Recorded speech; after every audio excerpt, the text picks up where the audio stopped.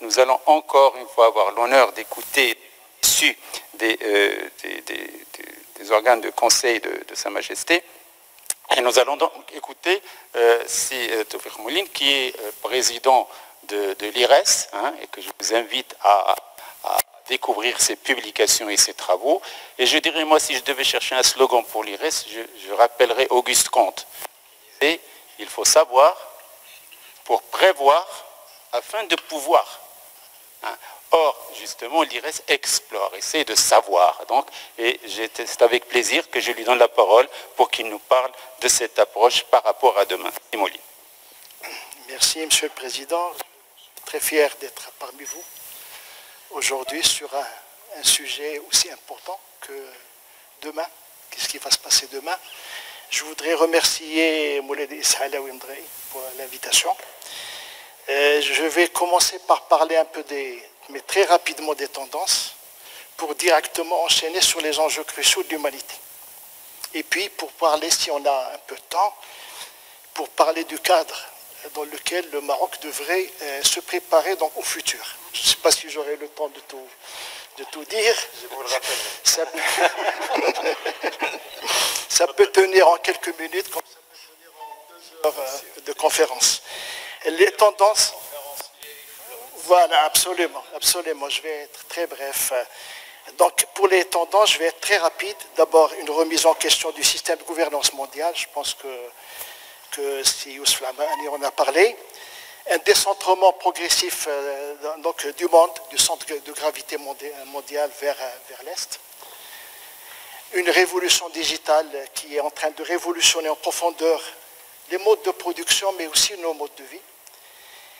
Le changement climatique, j'y reviendrai, les inégalités, où on peut se poser la question, est-ce qu'on est en train d'évoluer vers un monde qui est moins humain? Et puis, l'accentuation des défis sécuritaires, et dans notre continent, on a le nombre de conflits le plus important à l'échelle mondiale. Donc, on est dans un monde VUCA. Les prospectivistes l'appellent VUCA,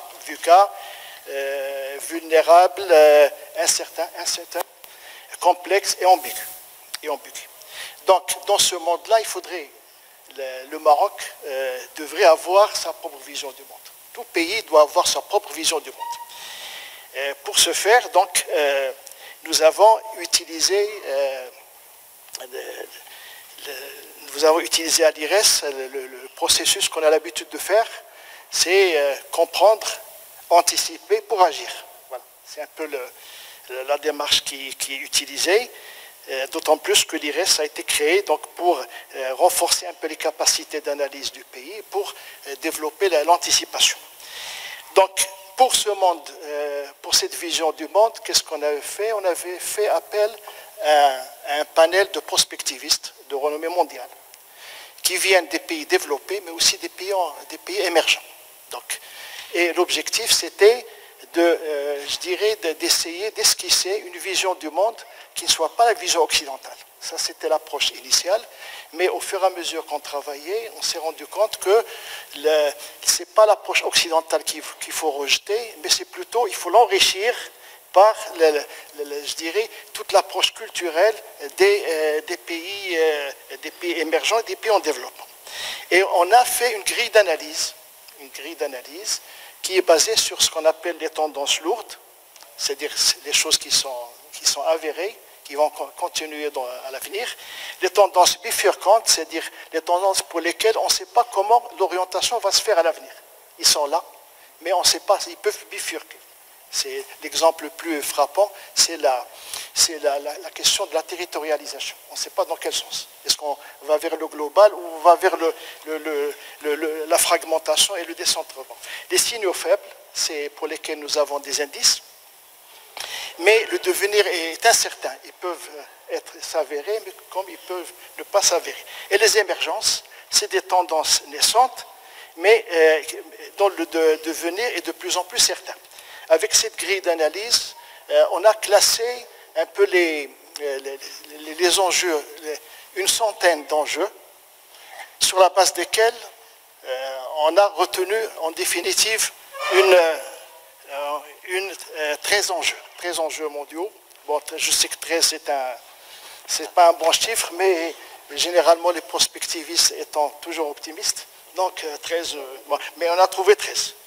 Donc je ne vais pas classer les enjeux par horizon. On a travaillé sur 2030 et 2050. Et on les a classés selon la grille dont j'ai parlé. Je vais passer directement aux 13 enjeux. Au début, on les a appelés les problématiques, mais on s'est rendu compte que le terme problématique n'est pas approprié, parce que quand on dit problématique, ça veut dire qu'il y a problème. On a utilisé le terme issue, qui est plus je dirais, opportun, parce que les impacts peuvent être positifs aussi, pas seulement négatifs. Donc, sur ces enjeux cruciaux de l'humanité, il y en a deux qui sont, je dirais, fondamentaux. Le premier, c'est l'explosion démographique. Et le monde va recevoir 2 milliards d'habitants supplémentaires. Donc, il s'agit non seulement d'enrayer la faim, qui touche aujourd'hui 800 millions d'habitants, mais faire face à 2 milliards supplémentaires d'ici l'horizon 2050. Ça, c'est le premier qui est fondamental. Le deuxième, c'est l'Anthropocène. L'Anthropocène. Aujourd'hui, la vision de Newton est complètement dépassée. Il n'y a plus de cosmos réglé comme une horloge. En plus de ça, la force motrice de l'évolution, aujourd'hui, c'est l'intelligence humaine. Donc c'est l'homme, aujourd'hui, qui donne, je dirais, qui conditionne un peu l'évolution. Ça, c'est les deux fondamentaux. Il y a sept issues qu'on a classées en trois grandes composantes majeures. La première, c'est la gouvernance et le pouvoir. La deuxième, c'est les évolutions sociétales. Et la troisième, c'est la montée de la violence. On peut même intégrer la montée de la violence dans le sociétal. La gouvernance et le pouvoir. Première, parmi les issues, il y a l'émergence de nouvelles formes de gouvernance, résultant de la déliquescence, notamment financière, des États. Et deuxième, c'est les nouveaux instruments de pouvoir. Malheureusement, je n'ai pas le temps de développer tout. Les nouveaux instruments de pouvoir, grâce aujourd'hui à des nouvelles applications digitales comme la blockchain, la prise de décision distribuée, la DDM, l'open source, etc., qui est en train de changer l'actuelle distribution du pouvoir et de faire émerger une économie apatride. Ce n'est plus l'économie qu'on a connue. Les évolutions sociétales. Les évolutions sociétales, les issues sont les suivantes. D'abord, la première, c'est la conciliation de multiples identités au sein d'une même personne. Une identité à la fois mondialisée, universelle, locale, individuelle et communautaire. Comment concilier tout ça? Deuxième, c'est les changements profonds dans les valeurs culturelles, avec l'éloignement croissant des valeurs dominantes de l'Occident et la montée d'autres valeurs. Le chômage technologique, dû à une automatisation de process et de systèmes qui n'épargnent aucune qualification et aucun secteur d'activité, et ce qu'on appelle les seniors vigoureux, donc qui vivent longtemps, en meilleure santé et qui restent connectés. Et la montée de la violence, je pense que ce n'est pas la peine de l'expliquer. Et il y a 4 issues restantes qu'on appelle les drivers, et qui peuvent agir sur les issues dont je viens de parler, dans un sens ou dans un autre.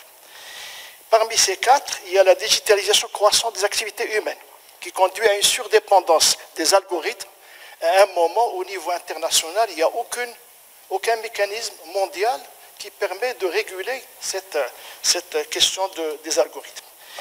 Ensuite, il y a ce qu'on appelle les bénéfices tirés de l'automatisation industrielle, l'industrie du futur ou l'industrie 4.0, mais généralement, je préfère parler d'industrie du futur, qui est plus approprié, et qui révolutionne pratiquement la localisation des usines, puisqu'elle aboutit au coût marginal nul. C'est-à-dire que les usines peuvent fonctionner sans êtres humains et peuvent être installées n'importe où au niveau de la planète. L'augmentation de l'intelligence humaine, qui permettrait de résoudre plus rapidement certains problèmes majeurs, des nouveaux instruments de pouvoir, donc qui contrebalancent les nouvelles formes de gouvernance plutôt négatives qui se dessinent, le développement de la créativité sans chaos. Là aussi, c'est quelque chose, et cette créativité, on la voit de plus en plus dans le domaine culturel et artistique. La victoire des drivers aurait des impacts positifs sur les grandes tendances dont j'ai parlé, comme elle peut avoir des impacts négatifs. Pour le Maroc, il faudrait, face à ces évolutions, ces enjeux-là, développer des stratégies. Donc, pour ce faire, on est passé par l'étape mondiale avant d'atterrir au niveau du Maroc. Donc, on a essayé de regrouper donc, les 13 issues en 3 grands domaines. Le premier, c'est le vivre ensemble dans la mondialité. Le deuxième, c'est la créativité et l'explosion démographique, parce qu'avec cette explosion démographique, les techniques qui existent aujourd'hui au niveau industriel et les façons de faire d'aujourd'hui ne permettent pas de répondre à cette explosion démographique. Donc, il faut faire preuve d'imagination. Et le troisième méta-enjeu, donc 3 méta-enjeux, c'est l'emploi et la création de valeur, sur laquelle on est en train de travailler aujourd'hui. Pour répondre à ces 3 méta-enjeux, il y a 3 stratégies qui sont communes.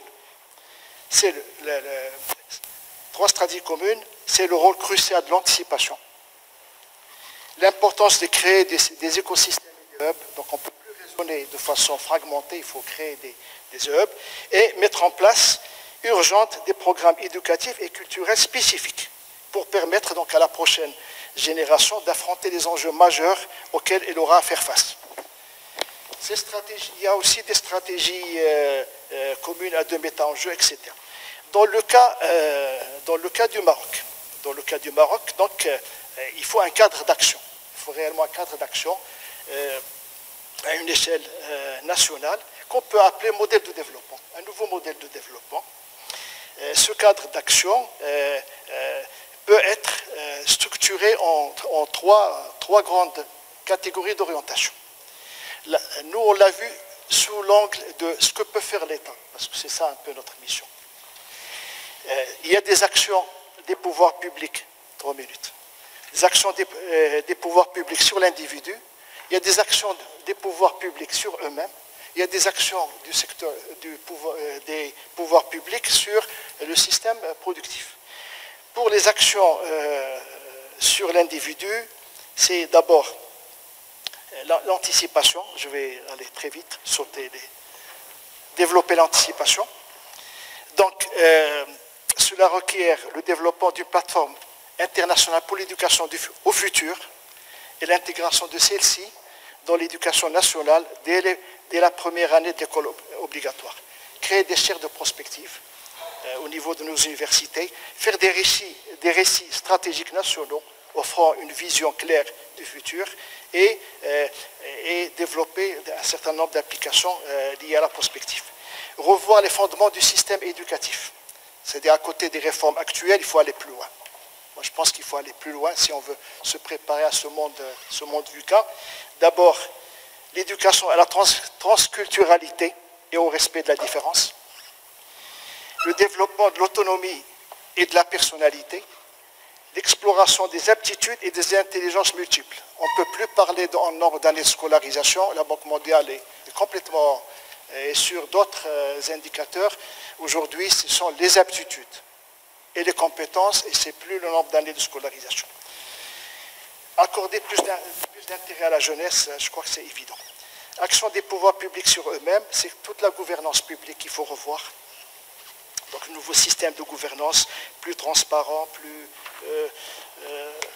plus rationnel, avec des processus instaurés, l'évaluation des politiques publiques, l'expérimentation.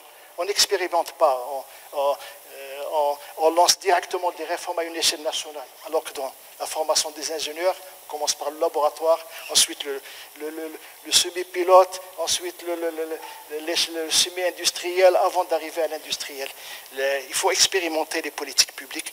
La participation, c'est très important. Et il y a des réflexions qu'on doit mener, qu'on doit dès maintenant commencer à mener au niveau de notre pays sur la mondialité, la diversité sous toutes ses formes, le big data, la gestion de la vie privée, le commerce des données, l'économie du partage, parce qu'on va évoluer de plus en plus vers l'économie du partage, la X, on appelle ça la X.0, l'économie circulaire, l'économie bleue, le revenu universel de base, qui commence à voir le jour dans certains pays, la redéfinition du concept de travail. Le travail est en train de changer complètement maintenant avec la digitalisation, l'adaptation du design urbain aux handicapés, aux personnes âgées, la dégradation de la santé mentale, l'amélioration des performances humaines, biologiques et digitales.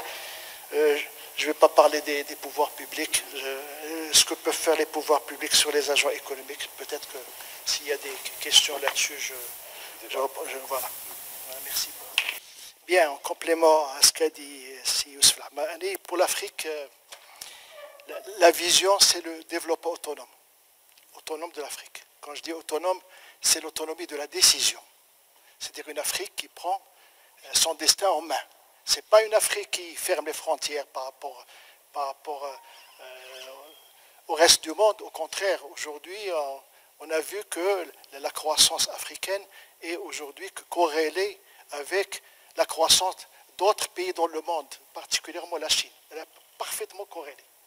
Ce qui, aujourd'hui, je dirais, donne un petit peu de peur avec le ralentissement de l'économie chinoise.